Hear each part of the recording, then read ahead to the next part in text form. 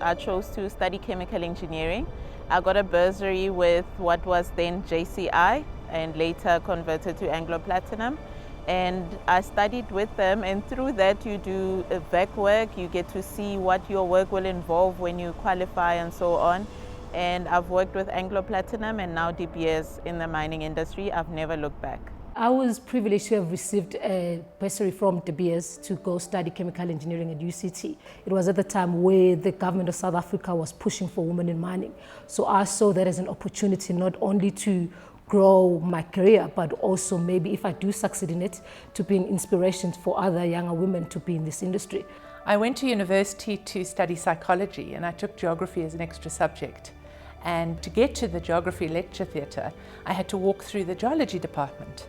And I was instantly enthralled by these beautiful display cases of rocks. So I changed to a BSc degree, and I think I also did it because it's quite a challenge. It was a male-dominated industry, and I thought, oh, this could be quite good.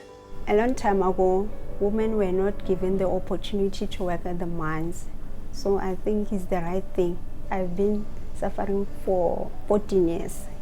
And then I didn't get the job. So when I find about DBS hiring people with disability, I grabbed that opportunity.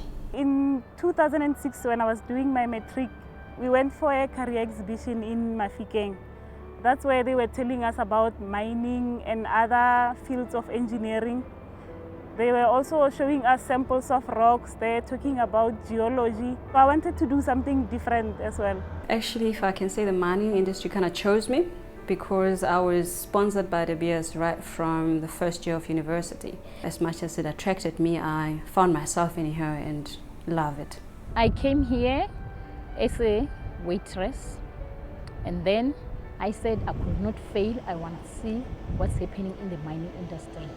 It was a challenge that I could overcome. I got a chance to get exposed to mining, and lucky enough, there was a mine that opened in the town that I come from, Kroonstad, and I got interested and I applied for the job. I was fresh from school. I needed a job. I didn't know exactly what to expect from here. I was from a technical high school, so I thought with that background then I would get something.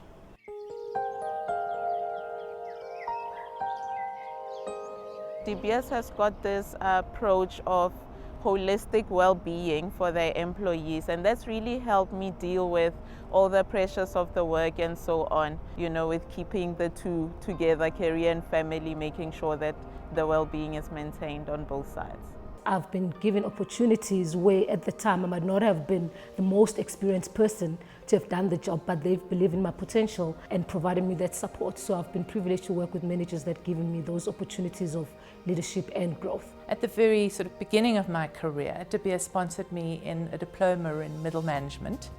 And then quite a bit later, I had the opportunity to go to London Business School to do the Accelerated Development Program. I've really enjoyed it. It's been fantastic. So, thanks to DBS for all of those wonderful development opportunities. Tiny little me, petite me, working on a mine in such a humongous thing, and I'm driving it. And I got good training from the trainers that we got provided by the company. It became an enjoyable job. DBS has sent me on a lot of courses, relevant courses that are also building me to become a better mining engineer. Since I've been here, my colleagues, Lego and Nadia, help me when I find a problem doing something. So they are very supportive.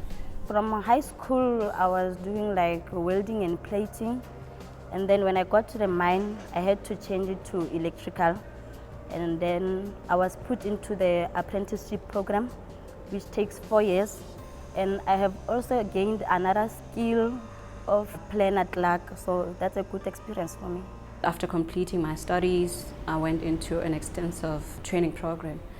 And through that, I've had mentors and coaches who walked the journey with me. I got the opportunity to be the first woman to be trained the 793, which is the big truck.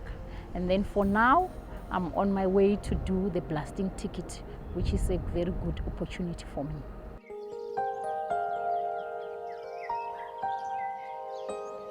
They're different thinkers to men.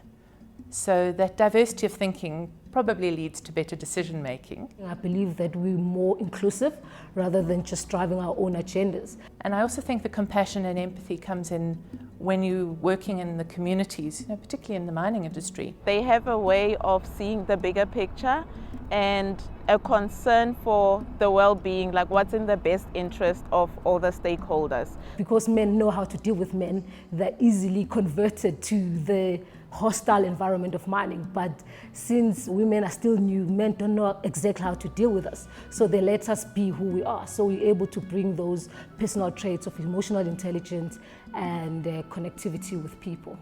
And then, of course, the obvious one is the fact that women can multitask and prioritize, and those are essential skills in the workplace.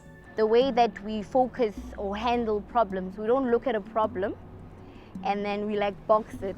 Everything we do, we first think and then act.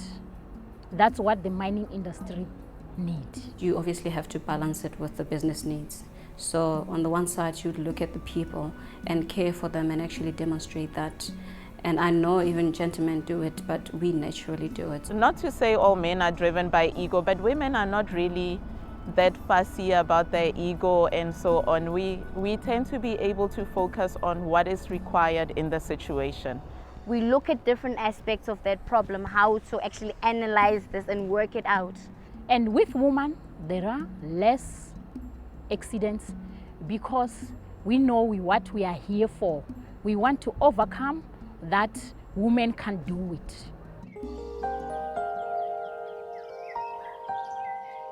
I would say that they need to be purposeful in whatever they do and take every opportunity ahead of them. I think the myth was that women only go into mining to go into planning and safety, but production is also interesting and it's exciting because every day things change.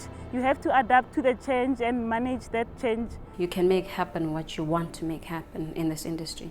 So there's quite a lot of opportunities open to everybody. So if you really want a career in mining, you must be well determined. You must be prepared to work the long hours and demonstrate that you can do the job. I think don't be put off by the stigma that the mining industry has. In exploration and mining, there are lots of different career opportunities. And you might have some challenges along the way. You might have to go to remote locations, or you might have to go and work underground. But you can pick and choose what you'd like to do. You can be a geologist, you can be a geotech, you can be a mine planner, you can be a surveyor, you can be a metallurgist. There's so many things that you could be, and then people don't view that as in mining. I don't think the women issues are as much as what they used to be in the past. So we've sort of got that freedom that we can do anything we want to do. So it's more about what interests you and what are you good at, and that's what you really need to focus on. It's just that we need to be willing to make that contribution and persevere through it. So yeah, just to encourage the women to come and join the industry.